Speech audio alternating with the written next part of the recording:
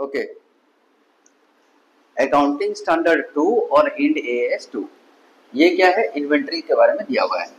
ठीक है, और ये बोलता है कि जब कभी भी आपके फैक्ट्री में या गोडाउन में इन्वेंट्रीज रहेगा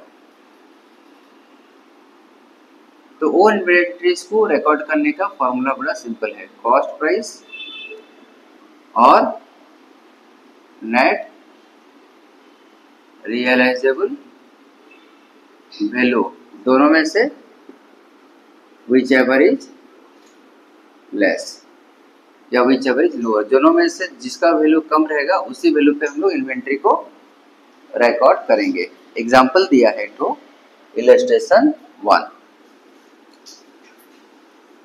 ठीक है, इंस्टीट्यूट का बुक में इलस्ट्रेशन 1 दिया है, उसमें क्या बोलता है, ऑन 31/3/2021 31/3/2021 जब हमारा बुक्स ऑफ अकाउंट क्लोज हुआ, क्लोजिंग स्टॉक में क्या है हमारा, गौरव लिमिटेड बोलता है 10,000 यूनिट्स है। कितना यूनिट्स है, 10,000 यूनिट्स है, और हर यूनिट का कॉस्ट प्राइस कितना है, 10 रुपया, तो टोटल वैल्यू कितना हो गया, 1,00,000 रुपया। But in the current market price, लेकिन अभी उसका ये इसका कॉस्ट प्राइस हुआ, उसका करंट मार्केट प्राइस क्या है, और अगर मार्केट में उसको बेचेंगे तो उसका नेट रियलाइजेबल वैल्यू, बेचने से कितना पैसा हमको मिलेगा, हमको मिलेगा 10,000 यूनिट्स का एट द रेट ऑफ ₹9 करके 90,000। तो हमें इन्वेंट्री को कौन सा वैल्यू पे रिकॉर्ड करना चाहिए, व्हाट इज द आंसर, 90,000। तो पहला एग्जांपल हमारा कंप्लीट हो गया, 90,000 पे रिकॉर्ड होना चाहिए।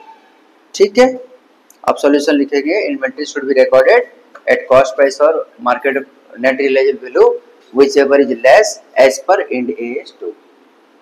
उतना लिखने के बाद हम 90,000 का वैल्यू पे रिकॉर्ड करेंगे, उनके लिख देंगे। ठीक है, चलो बढ़िया, ये हो गया आपका पहला एग्जाम्पल, बहुत इजी था। सेकंड एग्जाम्पल पे आते हैं हम लोग। सेकंड एग्जाम्पल थोड़ा सा टेक्निकल है। ठीक है, चलो देखते हैं क्या है। From the following information presented by P limited, illustration 2, illustration 2 किसका है, P लिमिटेड के पास है। From the following information presented by P limited ascertain the value of stock to be included in balance sheet। Balance sheet में stock का value क्या दिखाओगे, वो पूछा हमको। Cost price of the stock कितना है, cost price of the stock कितना है, हाँ 60,000।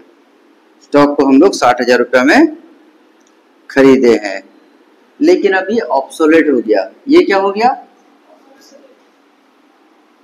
ऑब्सोलेट, ये आउटडेटेड हो गया, इसका कहानी खत्म हो गया, अब ये दरकार ही नहीं पड़ रहा है हमारा। हम इसको प्रोडक्शन में यूज कर सकते हैं, we can use this in production, हम इसको प्रोडक्शन में यूज कर सकते हैं। हमारा फैक्ट्री है, हम इसमें गुड्स को यूज कर सकते हैं, लेकिन ये जो गुड्स हमारा आउटडेटेड हो गया है, इसको काम में लाने के लिए 10,000 खर्चा करना पड़ेगा, एडिशनल एक्सपेंसेस कितना करना पड़ेगा, अगर 10,000 खर्चा करेंगे तो ये जो स्टॉक बेकार पड़ा हुआ है वो काम में आ जाएगा। ठीक है,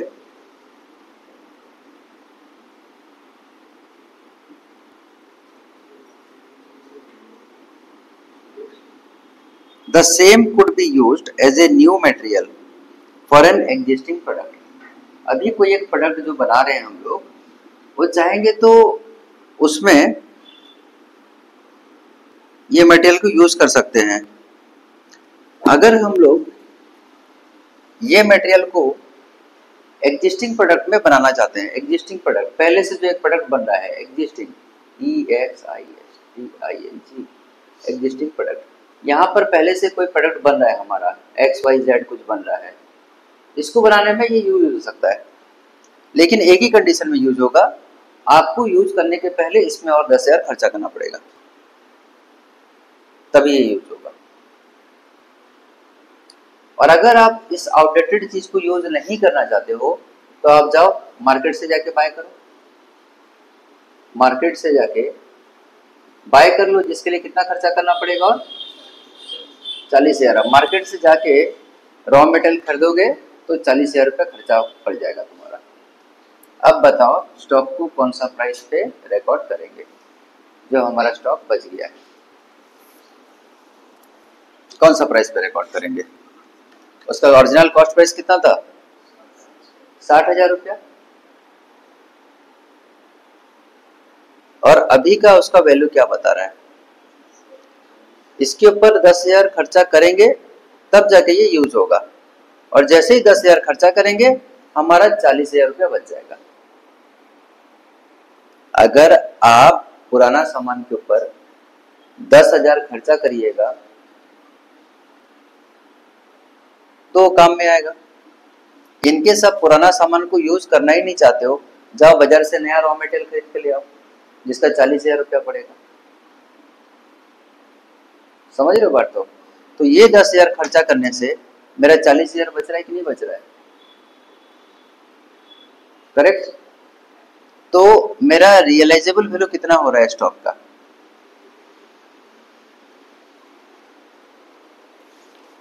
स्टॉक का मार्केट वैल्यू मेरे को क्या पड़ जाएगा? हाँ,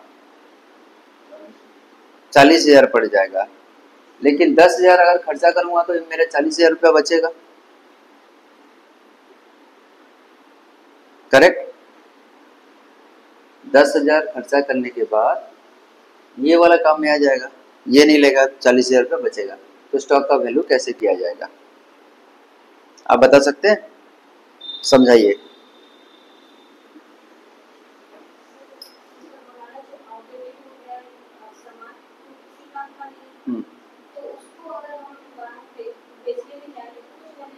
कुछ नहीं मिलेगा।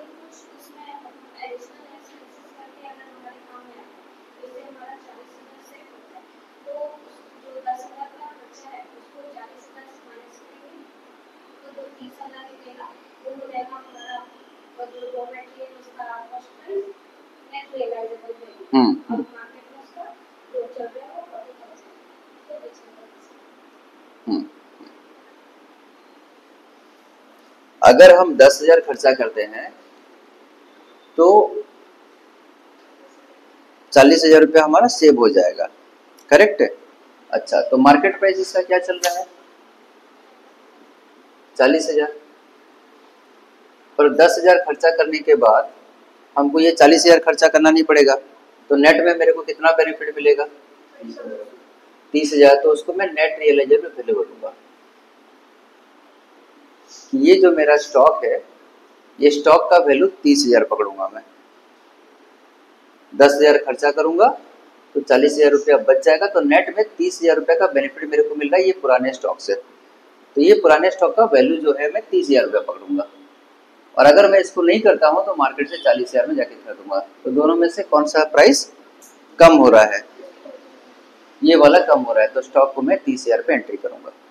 Stock should be recorded eight 30,000 rupees. समझ में आ रहा है?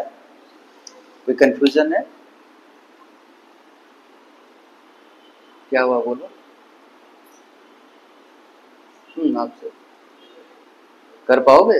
एक बार आंसर को पढ़ के देखो।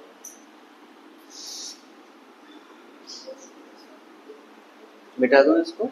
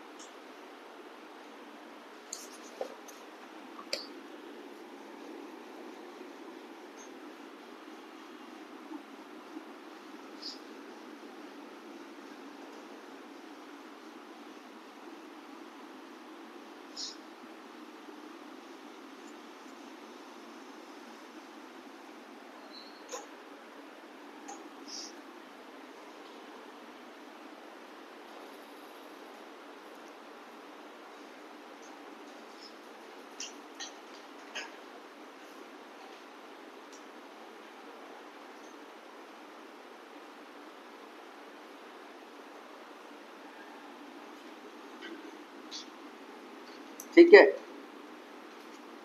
कोई कंफ्यूजन है?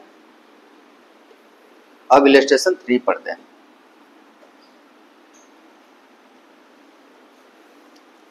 इलस्ट्रेशन 3, ठीक है।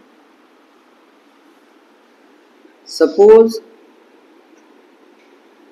अच्छा मैं CMA क्वालिफाइड,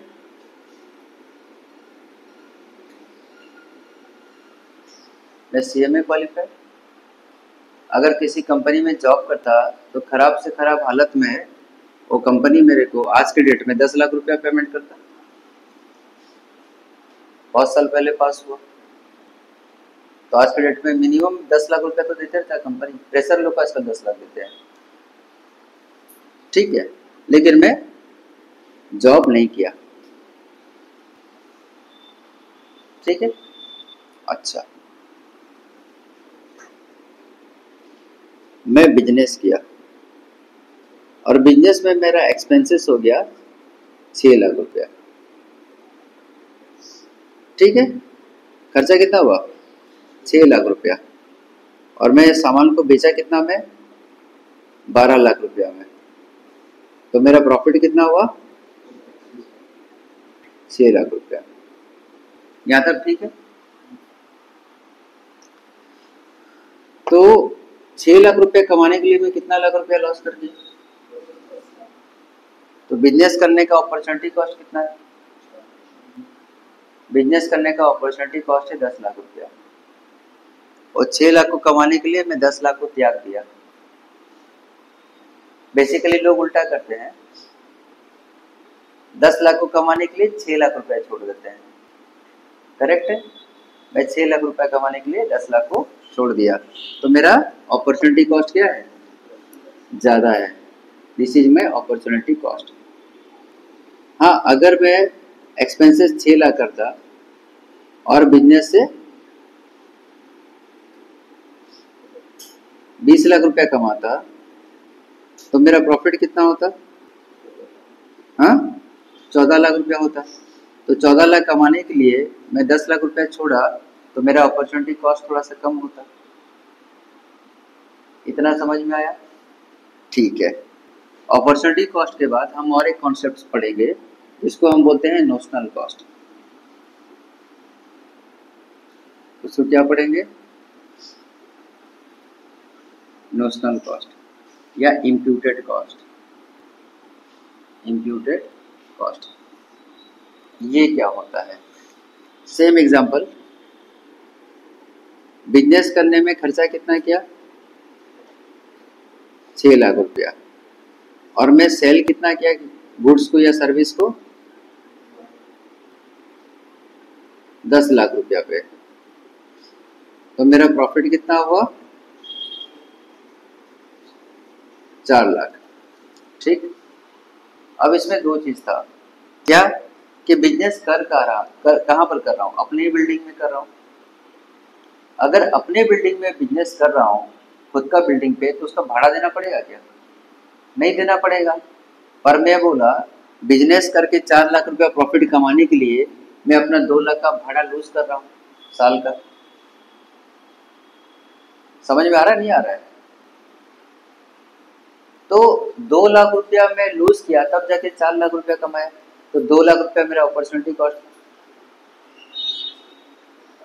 लेकिन मुझे लगा कि ये 4 लाख रुपया रियल प्रॉफिट नहीं है। Why this is not real profit? क्योंकि 2 लाख तो मेरा ऐसे भी आ रहा था अगर मैं कुछ नहीं करता, घर में बैठ रहता। तो बिजनेस करने से मेरे पास एक्स्ट्रा कितना पैसा आया? और 2 लाख ज्यादा आया। तो मैं क्या करा, नोशनल इंटरेस्ट या नोशनल रेंट, मेरा घर का भाड़ा भी बिजनेस से काट दिया। कितना बचा अब मेरा प्रॉफिट? मजे की बात है कि बिजनेस करने के लिए पैसा भी खुद का लगाया था। वो पैसा अगर बैंक में डालता तो बैंक 1 लाख रुपए इंटरेस्ट पक्का देता, 2 लाख भाड़ा से कमाता, 1 लाख रुपए इंटरेस्ट से कमाता, 3 लाख तो बैठे बैठे आता। समझ में आ रहा है बाटो? तो बिजनेस करके कितना आया? 4 लाख। एक्स्ट्रा कितना आया? 1 लाख खाली। तो बिजनेस से मैं 1 लाख ही कमाया मान के चलो। तो ये जो नोशनल इंटरेस्ट का पार्ट है, मेरा खुद का पैसा के ऊपर इंटरेस्ट, वो भी मैं माइनस कर दिया। और मेरा प्रॉफिट कितना दिखाया? 1,00,000 दिखाया। ठीक, अब यही फंडा को अप्लाई करते हुए मैं क्या किया, इन्वेंट्री का वैल्यूएशन कर दिया। इन्वेंट्री का वैल्यूएशन कर दिया। कैसे किया? नहीं, इन्वेंट्री का कॉस्ट जो था वो 50,000 था। कितना था? 50,000। फिर इसका ट्रांसपोर्टेशन कॉस्ट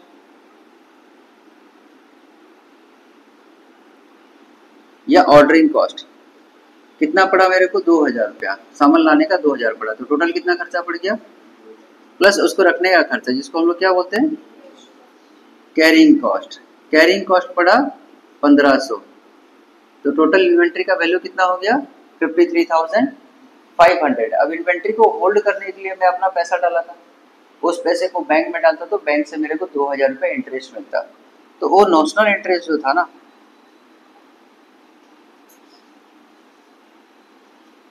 वो भी मैं जोड़ दिया, मेरा खुद का पैसा का इंटरेस्ट। और मैं बोला इन्वेंट्री का वैल्यू 55,500 है। तो मुझे क्वेश्चन किया गया as per Ind AS 2 inventories, क्या ये valuation of the inventory correct है या नहीं है, ये आपको कमेंट करना है। It's a very simple question. तो आप क्या करोगे? As per Ind AS 2 inventories the notional cost should not be a part of inventory valuation, ये लिखोगे। तो इसीलिए if the company is following this principle of recording the valuation of inventory then this is not as per Ind AS 2, so this should be changed. Sorry, should नहीं, this must be change, क्योंकि ये accounting standard होता है कि ऐसा नहीं करना है।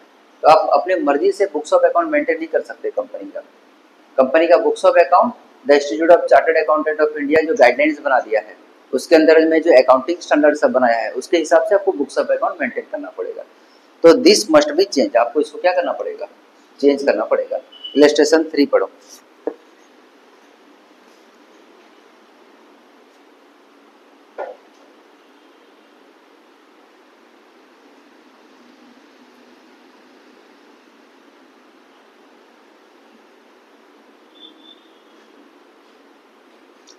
किसी भी चीज को इन्वेंट्री का कॉस्ट में तभी ऐड करते हैं जब वो वाला bringing the inventories to their present location and condition है। अगर आप इन्वेंट्रीज को एक जगह से बाय करे और अपने प्रिंसिपल प्लेस ऑफ बिजनेस में लेके आ रहे हो, bringing the goods to the place of business लेके आ रहे हो, तो जो ट्रांसपोर्टेशन का खर्चा आ रहा है, this should be a part of inventory valuation. The carrying cost be a part of inventory valuation, है ना? वही वहां पर लिखा हुआ है लैंग्वेज में।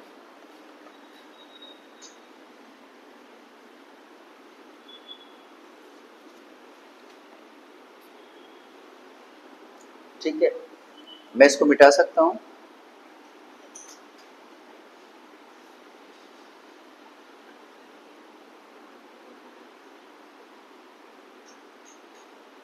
हो गया?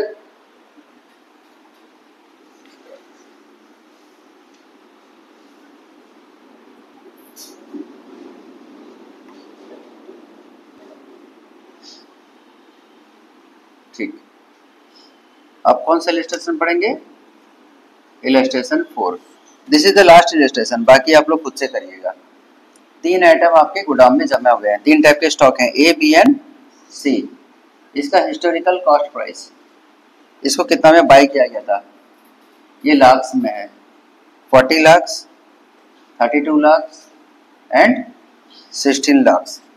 नेट रियलाइजेबल वैल्यू, इसको अगर मार्केट में बेचिएगा तो कितना कितना पैसा रिकवर होगा? 28 लाख, 32 लाख, 24 लाख।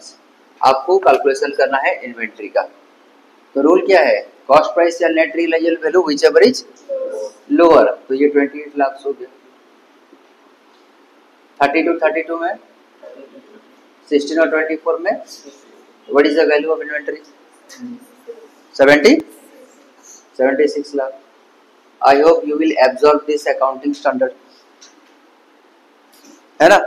तो सारे आप कंप्लीट करोगे और जो भी डाउट रहेगा मेरे को पूछोगे।